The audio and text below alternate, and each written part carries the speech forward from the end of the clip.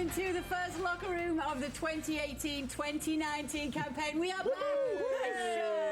It's a big old season preview, and these lots are all back too. It's been a long summer, and so through the power of emojis, they're all going to tell us how they spent the off-season. Ray Hudson, beginning with you. What's that supposed to mean? I had a cool summer in the wonderful city of the Angels in California, Los Angeles, and I was very cool, babe. Okay. Phil Shane is back with us, and it wasn't so cool. In Honduras, on the lovely island of Roatan, where the sun is about 3 inches over your head, but it was fun.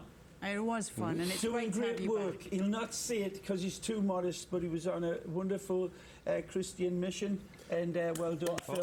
I figure life with you guys is so wonderful, I'm working on the next one. So. Thomas Rungan, you've already been graffitiing your emoji. I'm doing my thing. I dropped a few anchors right in here. This is an anchor bow tie, okay? I got the Dutch flower power, Rocky, and this is talking about the old striker days. We know what we're talking about. Yep. And then I dropped a few turtles as well. So, you know, it was all, I was very good. It was a And good you've summer. defaced our emojis as well. Can we get that? Oh, I thought it was a laughing emoji, a crying emoji. No, It's a I crying had with fun, by the laughter way. emoji. Sorry. Gary Bailey, big bucks. I did very similar to Ray. I went to LA, but I took the kids, got an open-top car, and paid fortunes from the time I left LA to the time I arrived in San Francisco. Did you find they keep adding tax to everything? All There was the a time. first tax, second tax, Welcome third to tax. California. So then it was a great holiday, though. Great place to go. It's worth it. The money's worth it out there. I've had a busy summer, and now I'm back with these lot. I'm going to need a few of these. And that was because, just 5 minutes ago. It's going to get, let's just see how the show goes. Let's get started in La Liga then. Barcelona took the Liga title back last year when they were crowned league champions, and they won the Copa del Rey as well. Now, they've been strengthening this summer to build on the good work starting under Ernesto Valverde. So, Phil, are they a force to be reckoned with again this year, and have they signed correctly? They've signed amazing players. There's something that Ray loves to say, which is you can't get enough good players. Basically, you put your 11 best on the field, let them figure it out. I don't know how he's going to figure this one out. Yeah. I mean, it might be Survivor to find out who actually gets onto the field.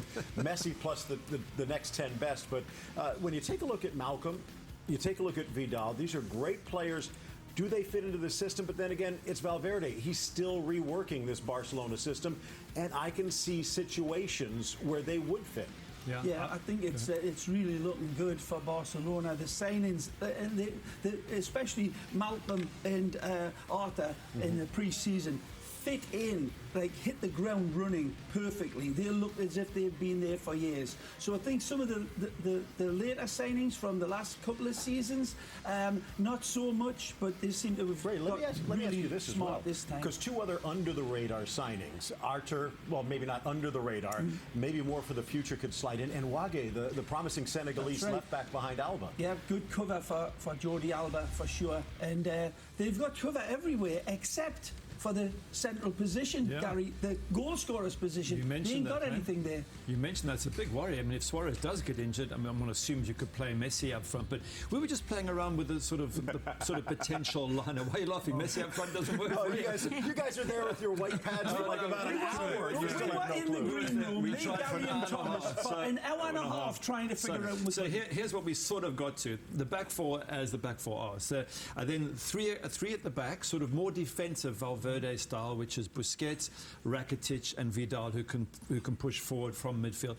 Then two players who float around a lot in Coutinho and Messi, so they sort of have license to roam, and then Suarez sitting up there. So like a sort of a triangle shape which fits Valverde. You agree, Coach? No, I don't. Arturo Vidal is maybe one of the best all-round midfielders we've seen in a long time. At 31, though, off the field, some problems. Hasn't done well with Chile. Started only 17 games, by the way, for Bayern Munich, and the year before 24. So he's a replacement for Paulinho. But is he an upgrade on Paulinho? A upgrade, in my opinion, because if you look at numbers of Paulinho the last 2 years, or just the last year for Barca or for Brazil, it's a lot higher in terms of goals and assists. By the way, 0-0 in UCL last year, 4-2 in the Bundesliga for Mr. Vidal. They wanted Rabiot, and Rabiot would have been a long-term solution for either Busquets or for Rakitic maybe. This is just another guy that will play 20 games, will come in and out, start once in a while, and is not a starter in my opinion. He's got an aggression about him that I think Barca. I don't disagree with we've that. talked for a while about how wonderful Barca are in play. The only one who really fights when the chips go down is Suarez. Now you bring in this guy. He's an aggressive little. Rakitic, you tell me Rakitic is not a fighter? He's not the same aggressive fighter. The steeliness of Arturo Vidal is always the first thing people look at, and the grit and the determination. But he's more than that. He's one of the best box-to-box players in the world, I believe. And we saw it more for Chile in the national team than we have in one or two of his other transactions. Like Thomas says, statistically, you can say that it hasn't been as impactful as Paulinho was. But I think with the players around him in this system that Barcelona play, I think we'll see the best of Arturo Vidal. I think it's a great signing, Tommy. I think it's a great signing, but it's not a long-term replacement. No. And he's not a guy that, as I said again, that played only 17 games for Bayern last year and started 22. So he's in his decline. They're looking at Frankie de Jong maybe next year. So the Dutchie. So just filling the gaps right now. Okay, well, it is a new era for Real Madrid. Some huge name departures and a new manager at the helm. It means it's an interesting year ahead for the Madridistas. It's been a blockbuster summer for all the wrong reasons. After Zinedine Zidane's abrupt departure and Julen Lopetegui's controversial hire, Cristiano Ronaldo's move to Juventus sent shockwaves through the Real Madrid world. In a matter of months, Los Blancos not only lost two of the principal figures in their recent European domination, but were also left with a fairly inexperienced manager at club level at the helm. With arguably its greatest player out the door and without a Ballon d'Or winner in its squad since 2000, the year Luis Figo signed from Barcelona, the search was on for another Galactico to pick up the torch. While reports suggested the potential arrivals of Neymar, Eden Hazard, Kylian Mbappe, and Harry Kane, none of the moves materialized, with Real Madrid's only noteworthy unveiling being Vinicius Jr., whose transfer was secured a year ago. Without a heavyweight signing, Lopetegui is seemingly set to rely on the likes of fan favorites Isco and Marco Asensio, whom the manager is familiar with as a result of his time with the Spanish national team, and hopeful that Gareth Bale might finally deliver on his one-time world record transfer fee. As direct rivals Barcelona and Atletico continue to strengthen, pressure continues to mount on the manager, already tasked with an almost impossible mission to replicate his predecessor's achievements. Success will ultimately be measured by the expectations of the club's leadership and supporters. However, given Real Madrid's stature, nothing short of trophies will do.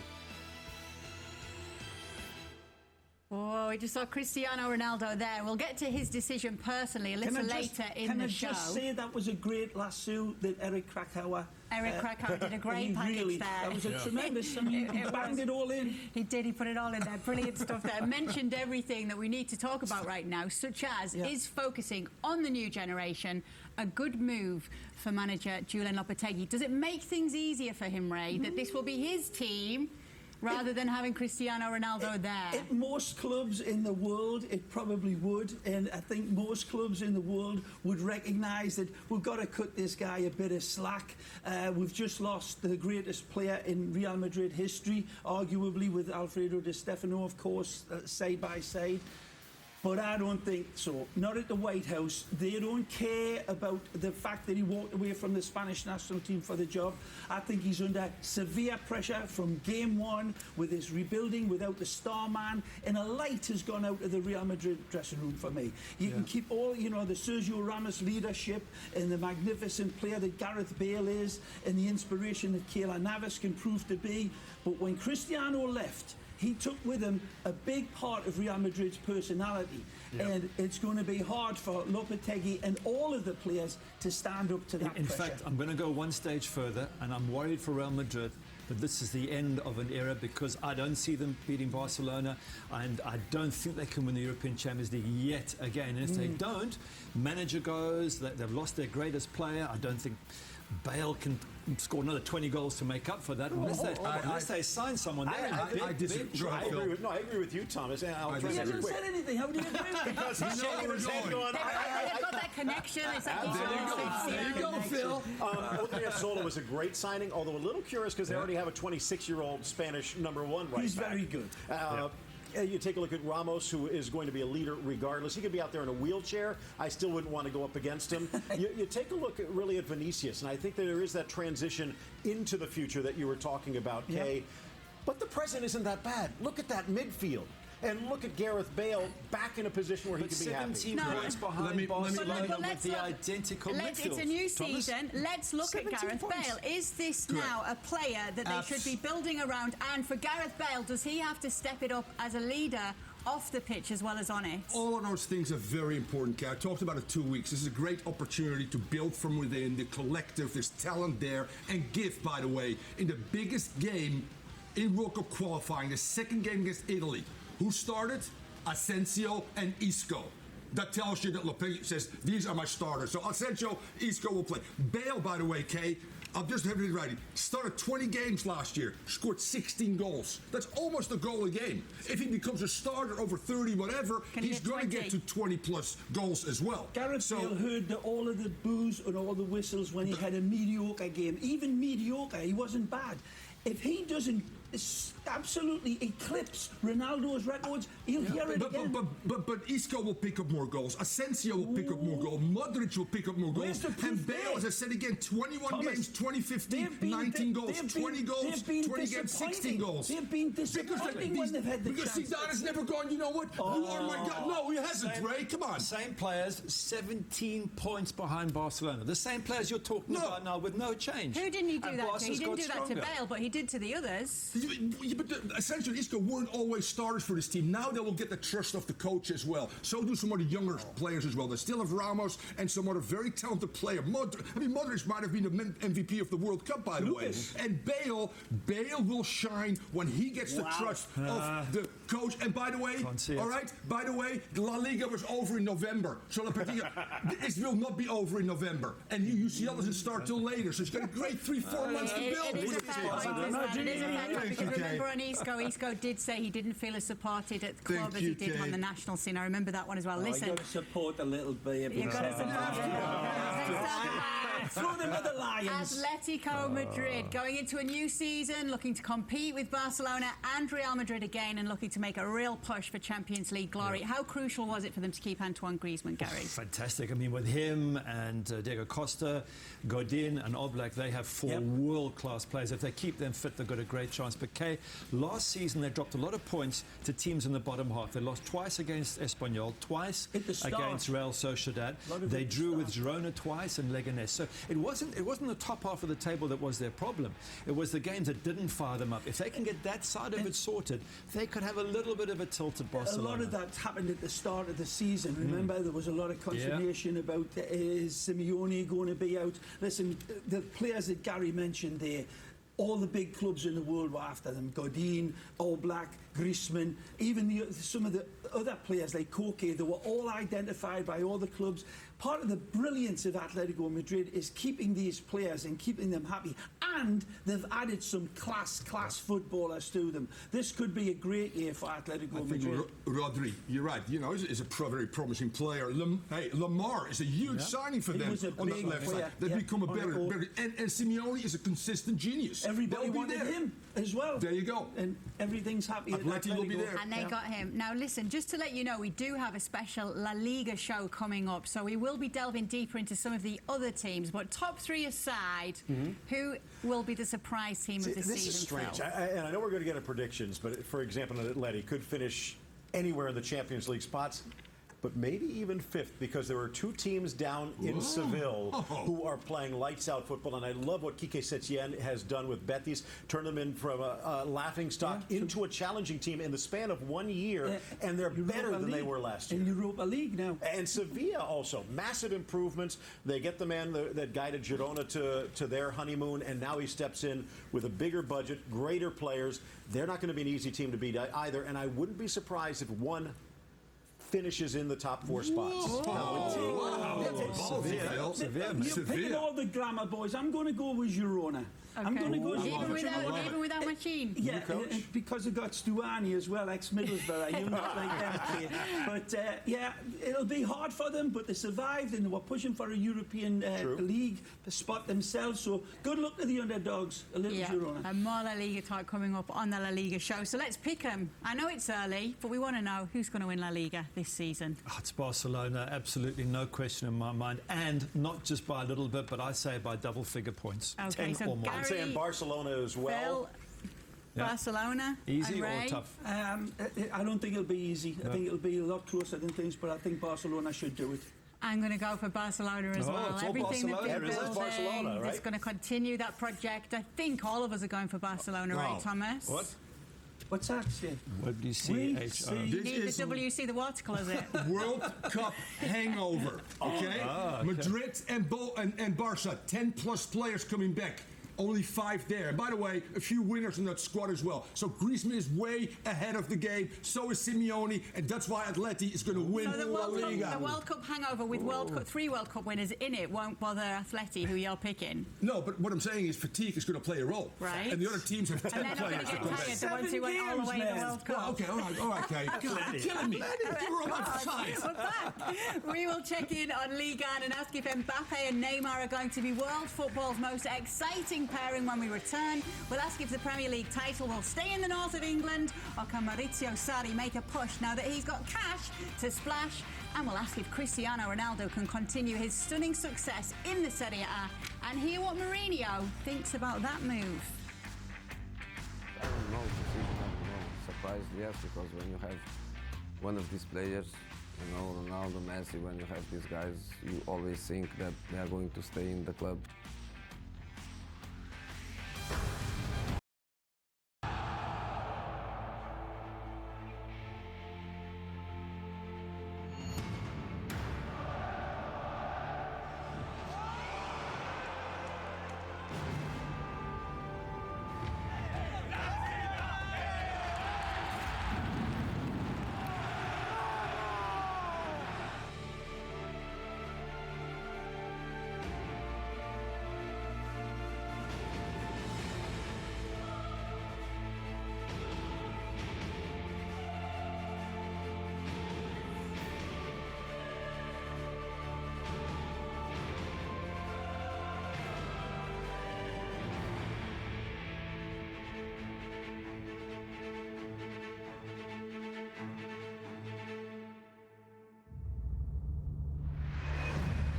Welcome back to the Locker Room season preview. We welcome back Kylian Mbappe to our screens, a man who's been wowing us for the past few seasons here on beIN Sports, but has now introduced himself to the world stage after a stunning summer that ended with a World Cup win. He's now back at PSG with Neymar. And we would like to know, Phil, if this pairing is set to become the deadliest duo in world football. Well, you take a look at what's been going on in the world of football. Cristiano Ronaldo makes his move away from the duel with Lionel Messi, who's getting a little bit older himself. And now you're looking perhaps at the 2 guys for the next decade who might be battling out for the Ballon d'Ors. The one concern I would have for Neymar is he took so much criticism this summer at the World Cup. He's saying he's a new man already, but that's before Thomas Tuchel gets into him a little bit. And I just have a feeling that Mbappe, his personality, the way he plays the game, is probably going to have a smoother road than Neymar. But you know what?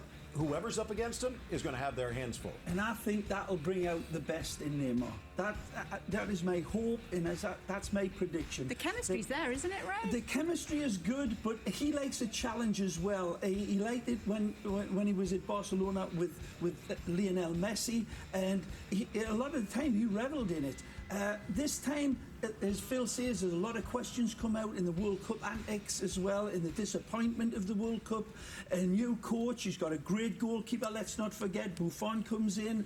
They've got some good new signings. But I think he'll look at this, Gary, as a real challenge and a real focus of what he is all all about. I think this is a big season for Neymar Jr. It's true, Ray, but what worries me for both of them up front, and there's no question as a front three, even with Cavani, that out of this world, the only measurements seem to be applied to PSG at the moment is, can they win European Champions League? Because they will win the league. They'll probably win one, if not both of the cups. That's a given before you start. And they'll score lots of goals and we'll see lots of tricks. But the only measurement is when they come up against Barcelona, Bayern Munich, Manchester City, those sort of teams, are they going to get through? And if they don't, doesn't matter how much good football they play, it's a failure. But that's the only measurement. It's going to be fun, though. Let me tell you the ways they can hurt you, okay? Look at this. They can hurt you. Go ahead.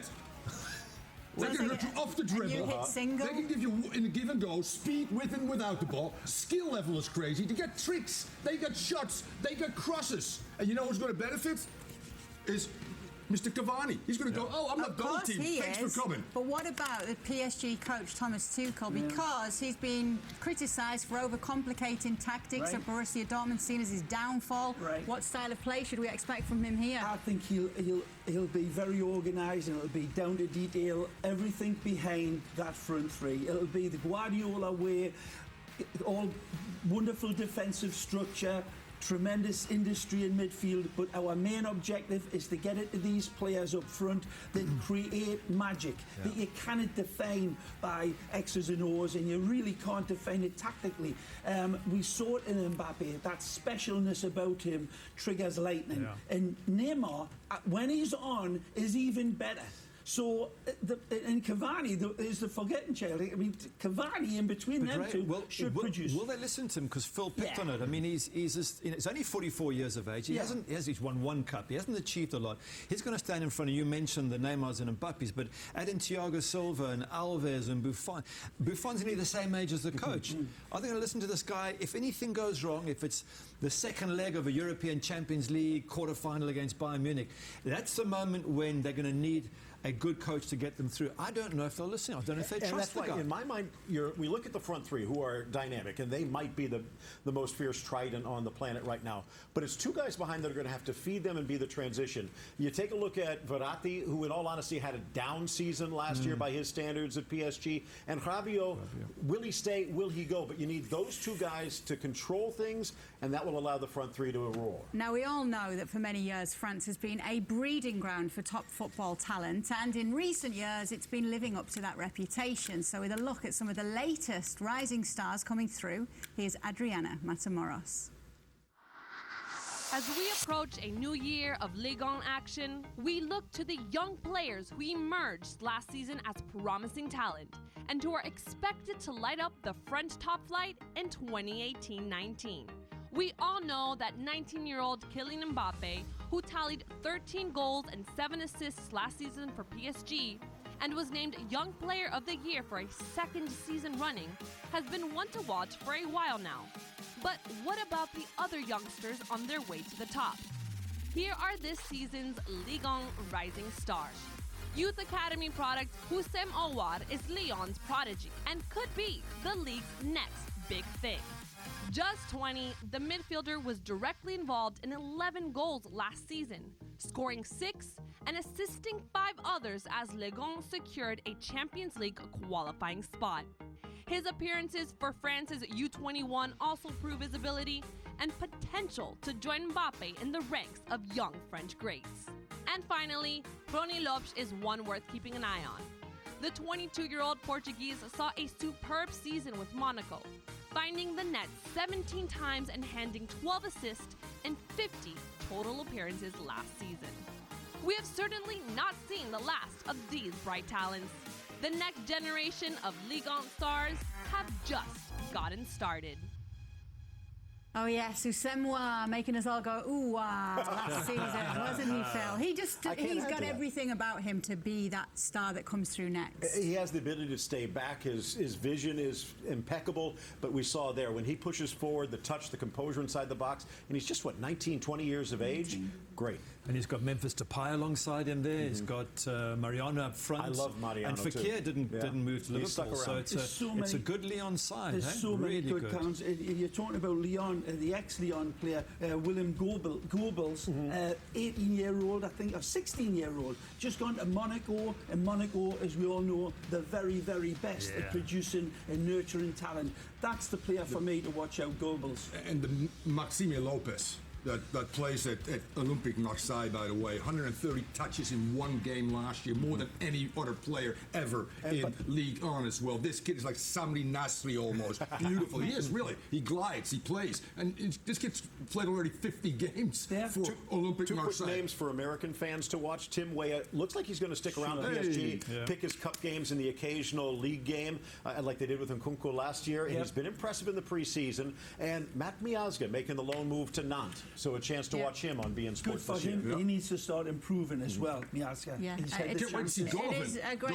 Golovin, and a good pick from him because it's a great league to be getting your minutes and to be getting playing time as well. Guys, goal scoring predictions. Who will finish as top scorer this season? So we've got these whiteboards now. What we have to do is we'll write our names and then we'll all reveal who it's going to be.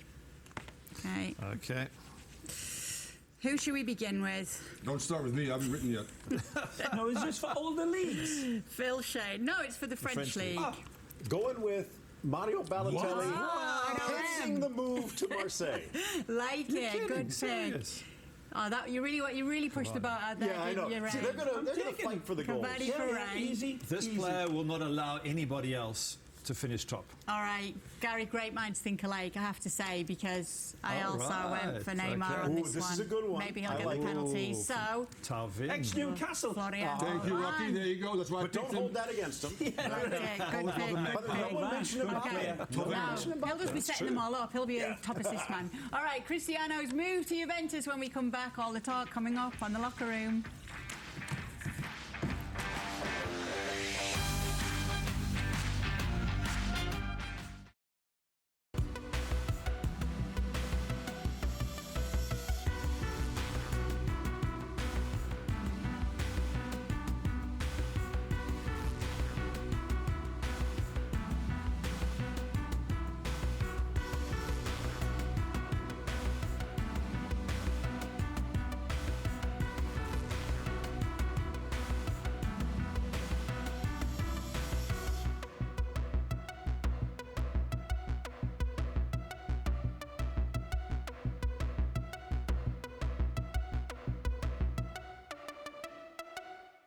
Welcome back to The Locker Room. Time to talk about Cristiano Ronaldo's shock summer move to Juventus. First up, Ray, was it the right decision from the player? I would say yes, given the type of persona that Cristiano has. You know, and he indicated it right after the Champions League, didn't he? So he must have been having that in his mind a little bit. All credit to him. At 33-year-old, it is a biological age, taking on a new challenge like this. And by all accounts, he blew the medical away, broke the heart trackers machines that couldn't keep it. Bionic man.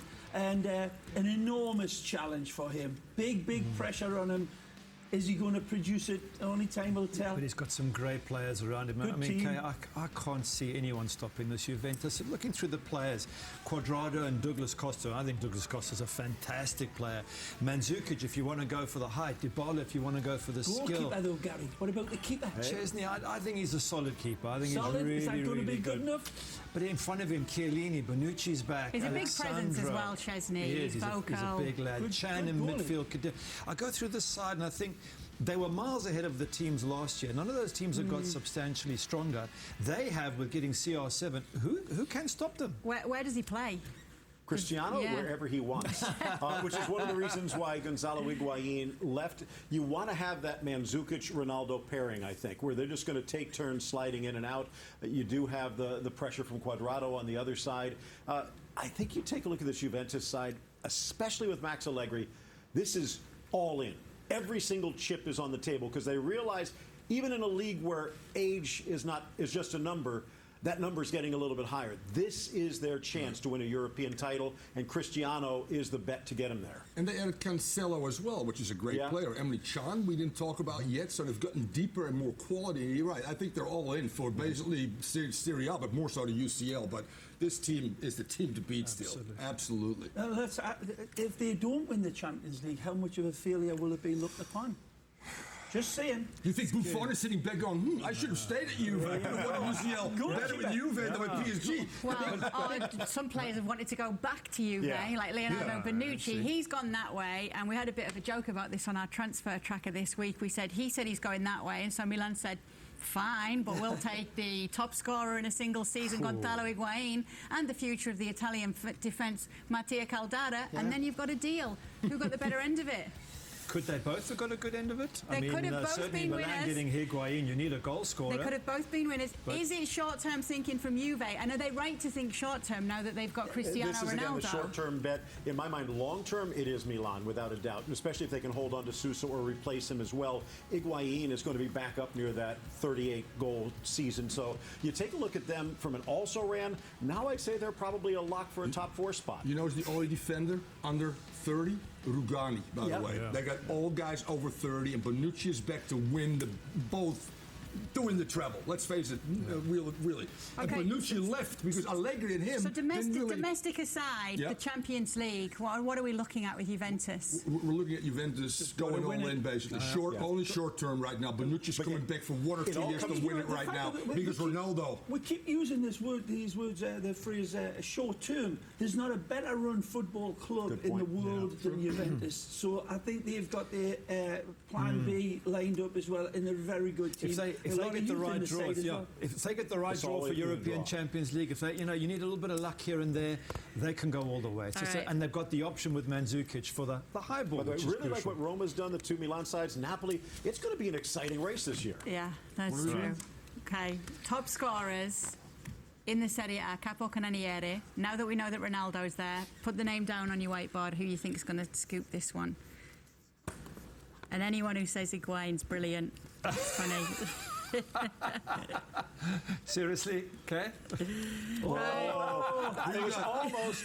You guys going for Higuain? Why not? No, it's a good one. But it's funny. Yeah, there's an A in it as well. It's all right. We'll let you off. We'll let you off. We like that you were bold with that decision. Not that bold, actually, with scoring over 20 goals a season, usually that man, every season. All right, Thomas. Yeah, safe Ronaldo. Safe bets. Phil. CR17. You're there. Ray. Hold on. He's changed it. Mr. Slick. CR7. The dark envy. Here we go. Maybe I'm going to change mine a little bit. This is what I'm going to do. I'm going to say it's going to be shared again. No. Shared. Again. Cristiano and Higuain. There you go. That one keeps it fun. Listen, still to come on the show, we pick our next Turkish Super League winners. We ask if Mourinho's third season with United will end in silverware or disaster. And we'll be hearing more from the man himself. Stick around.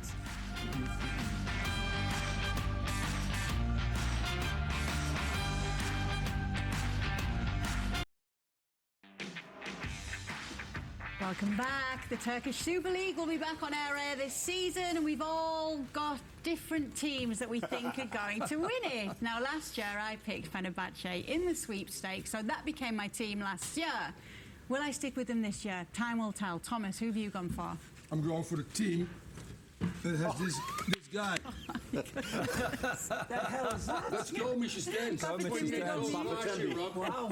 And Rookie. He looks different without the dreadlocks. He does, and this is not the first time this has happened on air. Right. And they got the best coach as well, Terim. I hope that he doesn't score all these goals all season, or we'll be seeing a lot more of that.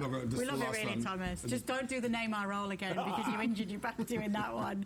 Gary. Having a conniption or something. I'm going to go with Besiktas. The good news is they don't do any celebrations, so I'm not getting off this chair. But here's the thing, they just lost out on the title, and they went very far in the European Champions League. They finished top of their group. Remember, they had Porto, they had Monaco, and Leipzig. They eventually lost to Bayern Munich. If they didn't have that, I think they would have won the league. So this time, without European Champions League to bother about, Besiktas, Negredo, Wagner Love, Ryan Babel, Adriano. Great marketing and something for you, Carl Aaron. You're going to say? Okay, Yeah. for me though, the Can best I player... just say that's the most compelling statement that Gary Bailey's ever made on this? Let me... I want to change, man. I believe Gary. So you're coming to Besiktas now as well. Let me take the axe out just a little bit, because the best player they had last year, the most dynamic player in Turkey, Talisca, gone. So Besiktas is going to have to find a way to replace him. Fenerbahce better. They brought in Andre Ayew. This, in some ways, is his last chance to shine, and I wouldn't be surprised if Fener's the team that lifts it. Okay. Just 4 points between the top four. It's up for grabs by all of these teams. But I'm going to stay with Galatasaray and the coach Fatih Terim. We have faith in Fatih. Okay. If Galatasaray win it, are you going to crawl across the table as well? No, my knees couldn't do what Thomas did. Didn't you go for the other team, but Bashak, what was it again? Istanbul. But what's the second part of that? I'll tell you later. All right, I'm going for Fenerbahce. I did get them in the sweepstake last year. I thought they were going to do it. I was told by everyone I'd been lucky, but turns out no. All right, still to come, we'll get Mourinho's thoughts on Maurizio Sarri's appointment at Chelsea as we talk Premier League.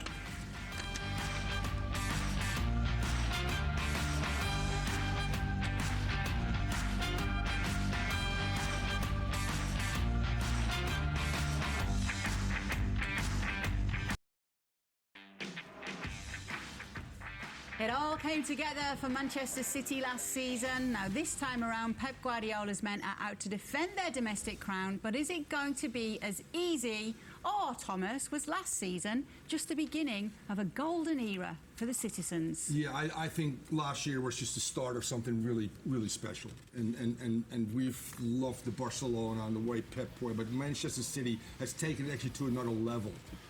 They can play like Barca, but they've got a certain athleticism to him as well when De Bruyne start running it out of midfield with that pace, with that strength that is not Xavi-like or Iniesta-like. But then you look at Firmino, Aguero, Sané, and the last signing, actually, they're so deep right now. It's like, how can he keep everybody happy? But they'll compete in, 4 or 5 competitions in England and throughout Europe. He needs all of those. But he's got Sterling, he's got Sané, he's got two on top. It wouldn't surprise me if he plays out of a 2-4-4. Might say something funny with Aguero and Jesus at times as central strikers.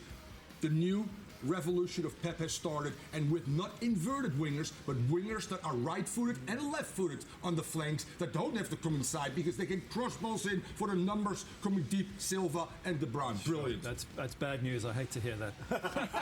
Anything that says Man City are going to rule England for a long time is the worst thing any United fan could hear. But it's hard to disagree against, and if there was a team to stop them, I wish it was United, but unless they get a centre-back and a striker, I'm beginning to think it's pointing more to Liverpool, because the way they're playing, the way that manager has got them going, Jurgen Klopp, and they were brilliant last season in European Champions League, I think they're the best team to stop City at the moment. Last year, and I'm still sticking with it, I think what we saw with Manchester City was the start of a dynasty.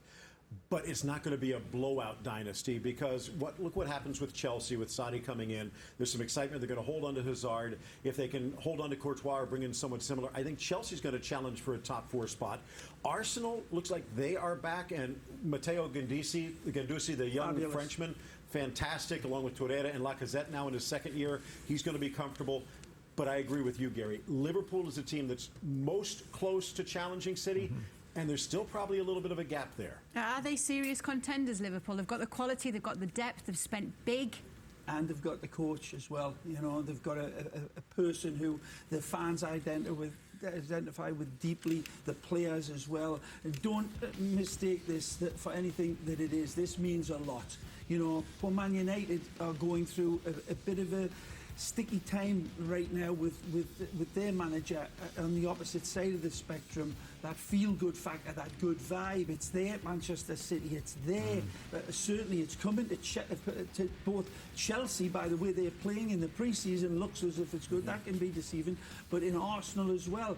But Liverpool are the team that looks strong enough, and now with the goalkeeper situation sorted out finally, they look like they've got all of the pieces in place. I wouldn't back And against Man City. you were though. saying as well that you thought as an outsider your old team Newcastle could win the league. By the way, Stranger things have happened. Yeah, it's transfer good for a window laugh. closes almost 3 weeks earlier than everyone else. The Premier League has moved it up to next Thursday, or this Thursday, and that could cause a problem. Someone gets injured at the end of August, they're not going to be able to replace them, and some of these big clubs like a Real, Barca, Juventus, Roma, whoever, might come in and start plucking some talent away that's on the bench. Yeah, well, it's something we actually spoke to Jose Mourinho about. He kindly sat down with us in Miami this week. So let's look back on some of the best bits from that sit-down chat with the Manchester United manager. I agree totally with the window closing at the same time the Premier League starts. What I don't agree is that the Premier League starts now. If you think that, for example, Benzema, Rabiot, Martial, Coman, they had no place in a 23 list, you imagine how good the squad was. No, England was a good team, and they played as a team. I think they also behaved as a team always. You know, Ronaldo, Messi, when you have these guys, you always think that they are going to stay in the club forever, and you don't think the club is happy to lose them, and that you don't think that the club is ready to sell. And of course, you don't know what is going behind closed doors, kind of agreement they can have. So I don't know really if it's good for him or bad, if it's good for Real or no. I am surprised, yes, I am. I don't know him. When I was in Italy 2008, 9, 10, he was not in the Serie A. I never met him, I never play against him. I just follow football, and lately the good work he did with Napoli.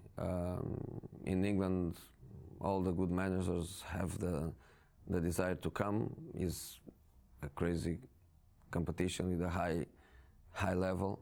So I think every manager has the dream to come. So he had the chance to come. He has a fantastic team, fantastic players and squad. I think he has conditions to do a good work. So Mourinho thinks he's got good conditions to do good work. By the way, there. nice interview. Thank you very much. Getting that. Very good. And well done to our producer Bruno.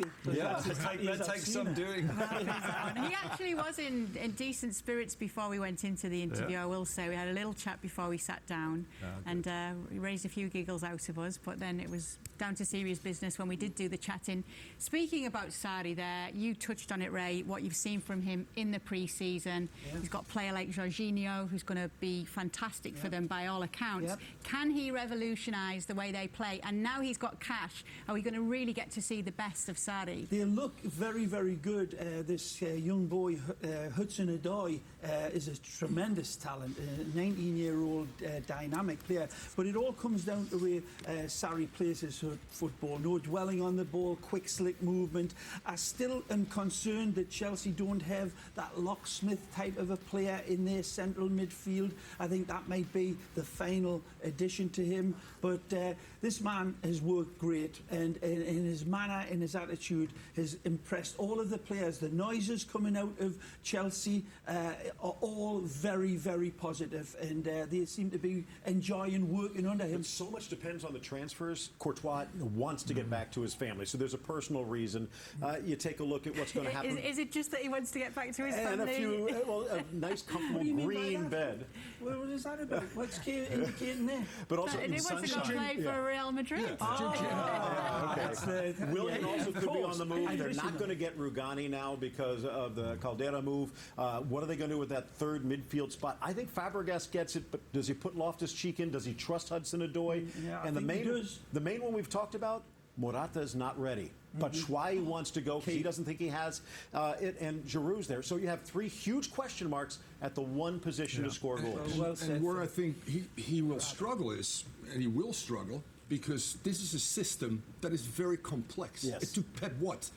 Billions and 8 new players to perfect in 1 year, year and a half where he's at. Sarri has not made any change except for 1 or 2 signings. He wanted 4 or 5 players because he knows he's 5 players short to play that style of football. We're running off some names without a doubt, but his center backs can't pass for the life of them. So, I mean, to be real honest with you, this team doesn't fit him right now. I hope they give him a chance because I would love to see Chelsea, and they will be better. But you know what? It's not going to be an overnight. Look at this. World Cup. Williams coming back 5 days late. He needs training to perfect the system. That's going to be tough for him. Something else to add to this. He doesn't speak English. He does speak English. I think one of the big points was that they were happy to let him speak Italian in his interview because a lot of the journalists knew they'd get a better interview from him once it was translated. He doesn't speak that natural English where you can communicate nice and easy. But Pochettino didn't when he first came in either. What I'm saying is it's an extra challenge. Then take on the fact he doesn't really know EPL, so he might like to play a certain style of football, but EPL's a lot more physical than that. So, and then I'm not so sure he's got the right players. It's still a bit more physical than some of the other leagues. Into his 15, 16 players, maybe to and stretch run them it, into the ground. And you can't do that in England. So he's got a few challenges there. There's no question. There are big challenges as well for somebody that is totally improving outside of the league. But the type of players that he's got, Thomas is right. We've got to get some. They've got to get some new signings in. That's going. I mean, Ross Barkley is one of your craftsmen in midfield. Good player, Ross Barkley. Plenty of talent, but they need an extra diamond in that midfield for me. I think I think Chelsea are going to be surprising a lot of people. Yeah, they're going to be great to watch. We look forward to it. Okay, Champions League chat. When we come back, can somebody throw Real Madrid off that throne? And if so, who's it going to be?